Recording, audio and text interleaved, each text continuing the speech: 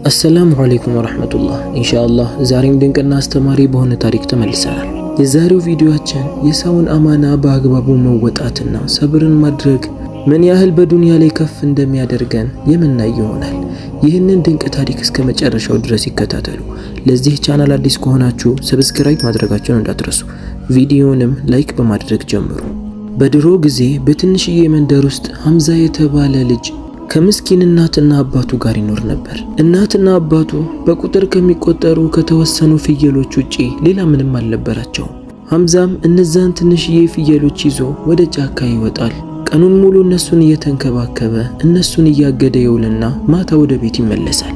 ከፍየሎቹ የሚያገኘውንም የተወሰነ ወተት እሱና እናት አባቱ ይጠጣሉ። ሐምዛ ልጅ ቢሆንም ነገር ግን ረጋ ያለ ሰውና ጥሩን ነገር ብቻ የሚያስብ ልጅ ነበር። ወላጆቹ በጥሩ እንክብካቤና ወደ አላህ ቅርብ እንዲሆን አድርገው ስላሳደጉት ሐምዛ ፍየሎቹን ሊያግድ ወጥቶ እንኳን በትርፍ ሰዓቱ ለአላህ ዱዓ እያደረገ ዚክር እያደረገ ቁርአን እየቀራ ያሳልፋል። በጠዋት ቤተሰቦቹ ሳያዙት ፍየሎቹን ይዞ ወደ ጫካ ይወጣል። ለፍየሎቹ የሚሆን ጥሩ ሳር ያለበትንም ቦታ መርጦ እዛው ይለቃቸውና እሱ ቁጭ ብሎ ዚክር ማድረጉን ይቀጥላል። በአቅራቢያ የሚገኝ መስጂድ ስለነበረ አዛን ሲሰማ ወደ መስጂድ ይሄድና ሰግዶ እንደገና ይመለሳል። በአላህ ላይ ትልቅ ተስፋና ዓላማ ነበረው። ከዚህ ህይወቱ ተቀይሮ አላህ ለትልቅ ደረጃ እንደሚያበቃው ያውቃል። በመንደሩ ላይ ያሉ ከሱ የሚበልጡ ልጆችን፣ በሀብት ከሱ የሚበልጡ ሰዎችን ሲመለከት ምንም ቀልቡ አይሰበርም። እንደውም በሱ ሊያሾፉበትና እስከ መቼ ነው ፍየሎቹን የምታገደው? ሌላን ስራ ብትጀምር ይሻልሃል እያሉ ሲሳሳቁበትና ሲሳለቁበት፣ እሱ ግን ኢንሻአላህ አንድ ቀን እለወጣለሁ፣ ይህንን ደግሞ ታያላችሁ፣ አላህ ያደርግልኛል፣ ከዚህ ትንሽዬ ጎጆ ወጥቼ እናትና አባቴን እለውጣለሁ እያለ ያማረና የተረጋጋ መልስን ይሰጣቸው ነበር። ነገር ግን እነሱ በዚህም ላይ ያሾፉበታል። ሐምዛ ግን ከድሮም ጀምሮ በድህነት ስላደገ ምንም አይመስለው። ንግግራቸውን ከምንም ሳይቆጥረው የነሱን መሳለቅ ቦታ ሳይሰጠው ማድረግ ያለበትን ነገርና መናገር ያለበትን ነገር ሁሉ ያደርጋል። አንድ ቀንም በሜዳ ላይ ፍየሎቹን አሰማርቶ ሳለ አንድ አዛውንት ፊት ለፊቱ ቆሞ ሲመለከተው ያያል። አዛውንቱ አለባበሱና ሁኔታው በጣም ምስኪን ቢመስልም ነገር ግን ፊቱ ያስፈራ ነበር። ወዲያውኑ ሐምዛ ለራሱ የያዘው የተወሰኑ ዳቦዎች ነበሩና እሱን አውጥቶ ለአዛውንቱ ይሰጠዋል። አዛውንቱም ወዲያውኑ ተቀብሎት ይበላው ጀመር። ሐምዛ ለራሱ ያስቀመጠው ነገር አልነበረም። ምክንያቱም አዛውንቱን ሲያየው ቢያዝንለትም አስፈርቶት ነበር። አዛውንቱ ሐምዛ ለራሱ እንኳን ሳያስቀር ሁሉንም እንደሰጠው ሲያውቅ ከያዘው ዳቦ የተወሰነውን ለሐምዛ ይሰጠዋል። አንተ በጣም መልካምና ጥሩ ሰው ነህ፣ አላህ የተሻለን ነገር ይስጥህ ብሎ ዱዓ ያደርግለታል። ሐምዛ ለመጀመሪያ ጊዜ ነበር ከቤተሰቦቹ ውጪ ሌላ ሰው ተደስቶበት ዱዓ ሲያደርግለት የተመለከተው። በዚህም የበላው ዳቦ ባያጠግበውም ዱዓው ግን ስላስደሰተው ውስጡ ላይ እርጋታ ተፈጥሮበት ወደ ቤት ተመለሰ። አዛውንቱ ያደረገለት ዱዓ ውስጡ ላይ ይመላለስ ነበር። በቀጣዩ ቀንም ፍየሎቹን ይዞ ወደ ጫካ እየወጣ ሳለ ምናለ ያንን አዛውንት አግኝቼ እንደትላንቱ ዱዓ አድርጎልኝ የተወሰነውን ዳቦ በሰጠሁት እያለ እያሰበ እየሄደ ሳለ በድንገት ከኋላ በኩል ጩኸትን ይሰማል። ሰዎች ነበሩ። ወደ እነሱ ጋርም እየሮጠ ሲሄድ በሐሳብ ተመስጦ ስለነበር የራሱ ፍየሎች ወደ ሌላ ማሳ ገብተው እየበሉ ነበር። ማሳውንም በተወሰነ መልኩ አበላሽተውታል። በዚህም ሰዎች በጣም ተናደው ይሄ ፍየል ማን ነው? ይሄ የተረገመ ሰው ማሳውን አበላሸብን እያሉ እየጮሁ ነበር። ሐምዛም ይህንን ሲመለከት እየሮጠ ሄዶ ፍየሉን ለማውጣት መታገል ጀመረ። የማሳው ባለቤትም ሐምዛን ሲመለከተው ያንተ ፍየሎች ናቸው? ምን አይነት ዝርክርክ ነህ? ማሳይን አበላሹብኝ እኮ በአግባቡ ስራህን አትሰራም እንዴ? እያለ ሐምዛ ላይ ጮህበት ጀመር። ሐምዛም እባክህ ይቅርታ አድርግልኝ፣ ወላሂ ይፈጠራል ብዬ አላሰብኩም ነበር፣ እባክህ ይቅርታ አድርግልኝ አለው።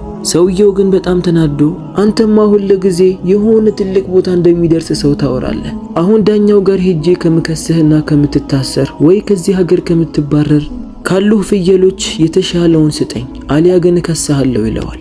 ሰዎቹም የማሳውን ባለቤት ደግፈው ይሄማ የሚባለውን አይሰማም፣ ሁሉ ጊዜ ትልቅ ቦታ ደርሳለሁ፣ ትልቅ ደረጃ ላይ ሆኜ ካላያችሁኝ እያለ እኮ ይፎክራል። አሁን ምን ሊውጣው ነው? ምን ሊያደርግ ነው እንደዚህ የሚናገረው? እያሉ ጭራሽ እሱ ላይ ማሾፋቸውን ቀጠሉ። ሐምዛም የማሳው ባለቤት ከሚከሰውና የራሱን ህይወት ብቻ ሳይሆን የቤተሰቦቹንም ህይወት አደጋ ላይ ከሚከት ካለው ፍየል የተሻለ ያለውን በየቀኑ ጥሩ ወተት የምትሰጠውን ፍየል አንስቶ ይሰጠዋል። ሰውየው ምንም ሳይደረደር ያንን ተለቅ ያለ ፍየል ይወስድበታል። ሐምዛም በጣም ልቡ ተሰበረ። የቀሩት ፍየሎች የከሱና ይህን ያህል ወተት የሚሰጡ አልነበሩ። ሁሉም ነገር ለኸይር ነው ብሎ አስቦ ወደ ቤት ይመለሳል። ቤቱም ሄዶ ያጋጠመውን ነገር ለወላጆቹ ነገራቸው። ቤተሰቦቹም በጣም አዘኑ። ሐምዛ ግን ቆፍጠን ብሎ አብሽሩ፣ አላህ ያለውና የጻፈው ነገር ነው የሆነው። ከአላህ ውሳኔ ወዴትም መውጣት አንችልም። ትዕግስት አድርገን ህይወታችንን እንቀጥላለን፣ ምንም አንሆንም ብሎ እነሱን ያሳብራቸው ጀመር። ወላጆቹ ያለቀሱትና ያዘኑት ለሐምዛ ብለው ነበር። ነገር ግን የሱን ቆራጥነት ሲመለከቱ በጣም ተደሰቱ። የፍየሉ መወሰድ ከምንም አልቆጠሩትም ነበር።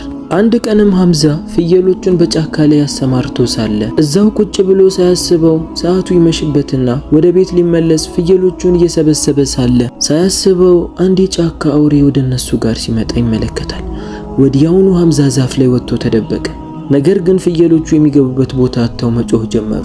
ያ የተራበው አውሬ እየሮጠ እያንዳንዳቸውን ፍየል እየለቀመ ይበላቸው ጀመር። ሐምዛ ይህ ሁሉ ነገር ሲከሰት ከላይ ሆኖ እየተመለከተ ነበር። ወርዶ ሊያባረውም ፈለገ። ነገር ግን በኋላ የራሱም ህይወት ነው አደጋ ላይ የሚጥለው። ስለዚህ ያሉት ፍየሎች ሲበሉ ከመመልከት ውጪ ሌላ ምንም አማራጭ አልነበረውም። ከላይ ሆኖ እንባውን ፊቱ ላይ እየፈሰሰ ይመለከት ጀመር። ያ የተራበው አውሬ እያንዳንዱን ፍየል እየዞረ ከገደላቸውና ከእያንዳንዱ ከበላ በኋላ ሲጠግብ ፍየሎቹን መሬት ላይ እንደተዘረሩ ጥሏቸው ወደ ጫካው ይገባል። ሐምዛም በጣም እያለቀሰ ነበር። ያ አውሬ እንደሄደ ሲያውቅም ከዛፍ ላይ ይወርዳል። ነገር ግን አንድ ፍየል እንኳን አልተረፈለትም ነበር። ቁጭ ብሎ አምርሮ ማልቀስ ጀመረ። ለምን ጌታዬ ሆይ ይሄን ያህል እኔ ላይ እያለ አምርሮ ማልቀስ ጀመረ። የራሱን ህይወትና ቤተሰቦቹን የሚመግብበት የነበረው ሰበብ ፍየሎቹ ነበሩ። አሁን ግን የሪዝቁ ሰበብ የሆኑትም ፍየሎች ተበሉ። የሚያደርገውንም ነገር አጣ። ለብዙ ሰዓታትም ቁጭ ብሎ ካለቀሰ በኋላ ወደ ቤት ይመለሳል። ከማልቀሱ ብዛት ፊቱ ቀልጦና ተቀይሮ ነበር። ለቤተሰቦቹም የደረሰበትን ነገር ሁሉ ነገራቸው። ቤተሰቦቹም በጣም አዘኑ።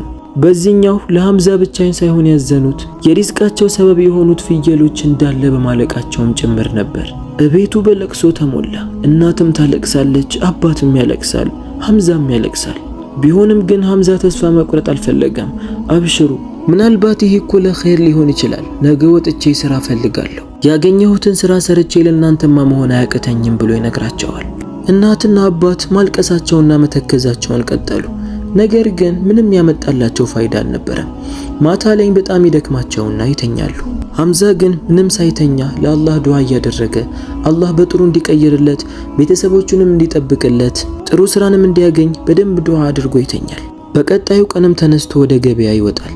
በገበያ ላይም የተሽከረከረ ማንኛውንም ስራ ለመፈለግ ዝግጁ ሆኖ ነበር። ወደ አንድ ሱቅም ጎራ አለና ሰላምታን ካቀረበለት በኋላ ወንድሜ ሆይ ስራን የሚሰራልህ ሰው ትፈልጋለህን ብሎ አግባብ ባለው መልኩ ይጠይቀዋል። የሱቁ ባለቤትም ለአሁኑ ስራ የለም፣ ነገር ግን ነገ ተመለስ፣ ነገ ከሌላ ሀገር የሚገቡ እቃዎች ስላሉ ሱቄን የሚያጸዳልኝ ሰው ፈልጋለሁ ይለዋል። ሐምዛም ይህንን ሲሰማ በደስታ አይኑ በእንባ ተንቀረረ። የሱቁ ባለቤትም የሐምዛን ሁኔታ ሲመለከት በጣም ተገረመ።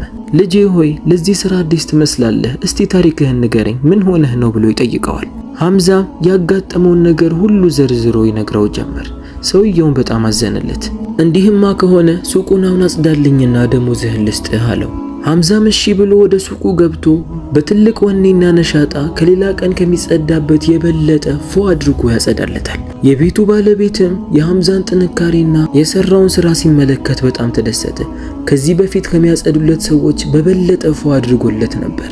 በዚህም 2 የብር ሳንቲሞችን አውጥቶ ይሰጠዋል። ሐምዛ በጣም ተደሰተ። የቤቱንም ባለቤት ደጋግሞ እያመሰገነው ነገም ከሌላ ሀገር የሚመጡት እቃዎችን የሚያወርድልህ ሰው ከፈለክ እኔ ያለሁ ይለዋል። የቤቱ ባለቤት እሺ ለማለት ጊዜ አልፈጀበትም። ጥሩ፣ ዛሬ በመጣህበት ሰዓት በጊዜ ነው፣ ደሞዝህን ነገም የምሰጥህ ይሆናል ይለዋል። ሐምዛም በደስታ ብሩን ተቀብሎ ወደ ሱቅ ይገባና ለእናትና ለአባቱ ዳቦን ገዝቶ ወደ ቤት ይመለሳል። ውስጡ በጣም እርጋታ ተሰምቶት ነበር። ወደ ቤትም ገብቶ ለእናትና ለአባቱ የገዛውን ዳቦ አቀረበላቸው። ያጋጠመውንም ነገር ሁሉንም ነገራቸው። ነገም ስራ እንደሚያገኝ ነገራቸው። ቤተሰቦቹ በጣም ተደሰቱ። እናቱም ዱዓ ታደርግለት ጀመር። በቀጣዩ ቀንም በጠዋት ወደ ገበያ ይወጣና ትላንት ወዳገኘው ነጋዴ ጋር ያመራል። ልክ እቃዎቹ እንደመጡ ነበር የደረሰው። ነጋዴው እሱን ሲመለከተው ጥሩ ሰዓት መጥተሃል፣ አሁን እቃዎቹን አውርድና ደሞዝህን እሰጥሃለሁ ይለዋል። ሐምዛም እቃዎቹን በአግባቡ እያወረደ ቦታ ቦታ እያስተካከለ ይደረድራቸው ጀመር። ሌላ ሰሪዎች ከሚሰሩት በበለጠ መልኩ እቃ ማውረድ ብቻ ሳይሆን ቦታ ቦታ እያስተካከለ ሲደረድር ሲመለከተው ነጋዴው በሐምዛ ተግባር በጣም ተደሰተ። እቃዎቹንም አውርዶና አስተካክሎ ከጨረሰ በኋላ ነጋዴው ለሐምዛ 5 የብር ሳንቲሞችን አውጥቶ ይሰጠዋል። ሐምዛ በጣም ተደሰተ። ነጋዴውንም ካመሰገነው በኋላ ሱቅ ላይ የሚሰራልህም ሰው ከፈለክ እኔ ያለሁ ይለዋል። አሁንም ቢሆን ነጋዴው የሐምዛ ሐሳብ ያስማማዋል። እሺ ነገም በጠዋት ተመለስ፣ ከዛም ሁል ጊዜ በጠዋት እየመጣ ንግድን ትሰራለህ፣ አስተምራለሁ፣ በየወሩም ደሞዝህን እከፍልሃለሁ ይለዋል። በዚህኛው ደግሞ የሐምዛ ደስታ ወደር አልነበረው። ወደ ቤቱም ለእናትና ለአባቱ ምግብን ገዝቶ ሌላም ነገር የሚያስፈልግን ነገር ገዝቶ ወደ ቤት ይመለሳል። ለእናትና ለአባቱም ያጋጠመውን ነገር ሁሉ ነገራቸው። እናትና አባትም ስራ እንዳገኘ ሲያውቁ በጣም ተደሰቱ። ከዛም ሐምዛ በጠዋት ወደ ሱቅ ይወጣና የሱቁን ዕቃ ማስተካከል ጀመረ። ነጋዴው ሐምዛ ያለው ነሻጣ፣ ለስራ ያለው ፍላጎት በጣም ስላስደሰተው እሱ ጋር ለሚሰሩ ሰራተኞች ሁሉ ስለ ሐምዛ ይነግራቸው ጀመር። ስለ ንግድ አሰራሩም ነገረው። ሐምዛ ለመቀበል ጊዜ አልፈጀበትም ነበር። ቀስ እያለ ሐምዛ በስራው ላይ ታማኝ እየሆነ ይመጣል። አንዳንድ ጊዜ ነጋዴው ሊፈትነው ብር ያስቀምጥና ይወጣል። ሐምዛ ግን በአግባቡ ብር ጥለሃል እያለ ይሰጠዋል። በዚህም ለሐምዛ ያለው አመኔታ እየጨመረ ይመጣል። እቃዎች ሲገዙና ሲሸጡ ሐምዛ እንዲመዘግብለት አደረገ። ሐምዛ የጻፈለትን ነገር ሁሉ አምኖ ይቀበላል። ማጣራት አያስፈልገውም ነበር። አንዳንድ ጊዜም ነጋዴው የሚሄድበት ቦታ ሲኖር ለሐምዛ አደራ ሰጥቶት ይሄዳል። በሰጠውም ነገር ሐምዛን ያምነዋል። ሐምዛም በአደራው ላይ በአግባቡ ይገኝ ነበር። የወር ደሞዙ ሲደርስም 500 የብር ሳንቲሞችን ይሰጠዋል። ሐምዛ ከዚህ በፊት 500 የብር ሳንቲሞችን አይቶ አያውቅም። በጣም ተደሰተ።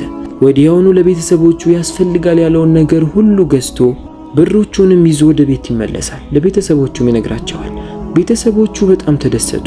በዚህም ሐምዛ ብዙውን ጊዜ መንደር አይታይም። ነጋዴው ጋር በጥሩ ነሻጣ መስራት ጀመረ። ነጋዴውም ሐምዛ በስራው ላይ ትልቅ ወኔ እንዳለው ሲያውቅ ወደ አጎራባች ሀገር ሄዶ ዕቃ የሚያመጣለትንም ሰው ሐምዛን ያደርገዋል።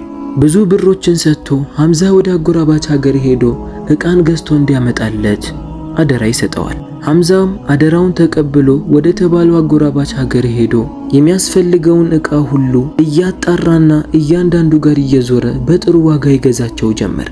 አንዳንድ ነጋዴዎች ሐምዛ አዲስ ነው በማለት ሊያጭበረብሩት ቢሞክሩም ነገር ግን ሐምዛ ፈጣን ስለነበረ ለየሁሉም ሐቃቸውን እየሰጠ የፈለገውን ዕቃ እየወሰደ ሐቁን ይቀበል ጀመር። በሚገባ ለሱቅ ያስፈልጋል ያለውን ዕቃ ሁሉ ከገዛ በኋላ ወደ ሀገሩ ለመመለስ ይወሰናል። ወደ ሀገሩም ተመልሶ ነጋዴው ሐምዛ የገዛውን ነገር ሲመለከት ማመን አቃተው። ከዚህ በፊት እሱ ጋር ካሉት የተሻሉና የሚያምሩ በጥሩ ዋጋ የገዛቸው ነበር። በዚህም ነጋዴው ሐምዛን የወር ደመወዝተኛ ብቻ ሊያደርገው አልፈለገም። ሱቁ በጣም ትርፋማ ስለነበረ 2 ቦታ ይካፍለውና ግማሹን ለሐምዛ ሊሰጠው ይወስናል። ያገኘውንም ትርፍ 2 ቦታ ካፈለውና ለሐምዛ ግማሹን ሰጠው። ከአሁን በኋላ እኔ ጋር ተቀጥረ ሳይሆን እንድትሰራ የምፈልገው የኔ የሥራ ጓደኛ የሆነ ከኔ ጎን እንድትሰራ ነው የምፈልገው ይለዋል። በዚህ ሰዓት ነበር ሐምዛ ከልቡ ያለቀሰው። አላህን ማመስገን ጀመረ። ባደረገው ትዕግስትና ለስራ ያለው ወኔ የተሰጠውን አደራ በአግባቡ መጠበቁ አላህም ሱብሓነሁ ወተዓላ ለሱ የሚበጀለትንም አሰሪ ስላበጀለት በጣም ተደሰተ። ያንንም ብር ተቀብሎ ከሱ ጎን ሱቅን ይከፍታል። በዛ አካባቢ ከነጋዴው ቀጥሎ የሐምዛ ሱቅም ይወሳ ጀመር። ስራውን ጠንቅቆ ስለሚያውቅና ስለለመደው ሐምዛ በጣም ትርፋማ እየሆነ ይመጣል። የንግድ ማዕከሉ በዛ መንደር ላይ ሳይሆን በየሀገሩ ይበተን ጀመር። ብዙ ነጋዴዎች ወደዛ እየመጡ ከሐምዛና ከዛ ነጋዴ ዕቃዎችን ለመግዛት ይጎርፉ ጀመር። በመንደሩ ላይም ሐምዛ በሰዎች ዘንድ መነጋገሪያ ሆነ። ያ ፍየል ጠባቂ የነበረው ያ ፍየሎቹ ሁሉ አልቀው ባዶ እጁ የቀረው ሐምዛ ነው አሁን እንደዚህ የሆነው የሚገርም ነው እያሉ እንደዛ ያሹፉበት የነበሩት ሰዎች ጣታቸውን ነክሰው ይመለከቱት ጀመር። ሐምዛ በመጀመሪያ ያደረገው ትልቅ ቤትን መግዛት ነበር።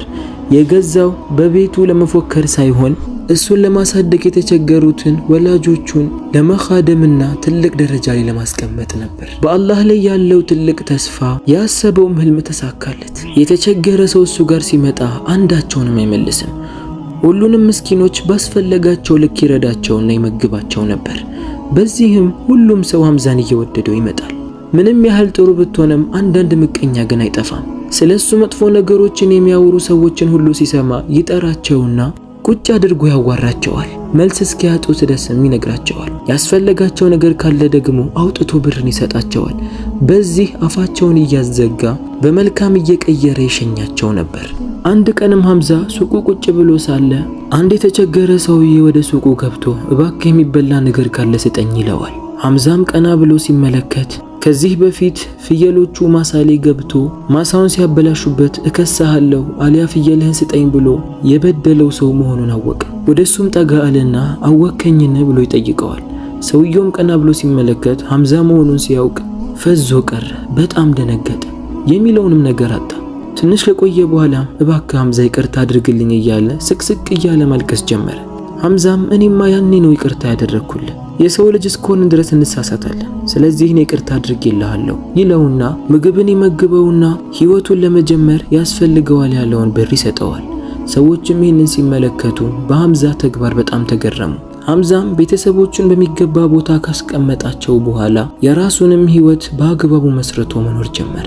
ከታሪኩ እንደምንረዳው ሐምዛ ትልቅ ደረጃ ላይ ለመድረስ የረዳው በአላህ ላይ ያለው ትልቅ መተማመን፣ በሚደርስበት ችግር ሁሉ ሰብርን አድርጎ ማሳለፉ፣ የሰውን አማና መጠበቁ ነው ለዚህ ትልቅ ደረጃ ያደረሰው።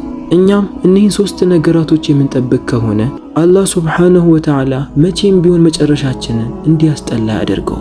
አላህ ሱብሓነሁ ወተዓላ ከሐምዛ የተሻሉ ሰዎችን ያደርገን። የዛሬው አስተማሪ ታሪካችን ይህንን ይመስላል። ሰብስክራይብ፣ ላይክ፣ ሼር ማድረጋችሁን እንዳትረሱ። በሌላ ታሪክ እስከምንገናኝ ድረስ ወሰላሙ አለይኩም ወራህመቱላህ።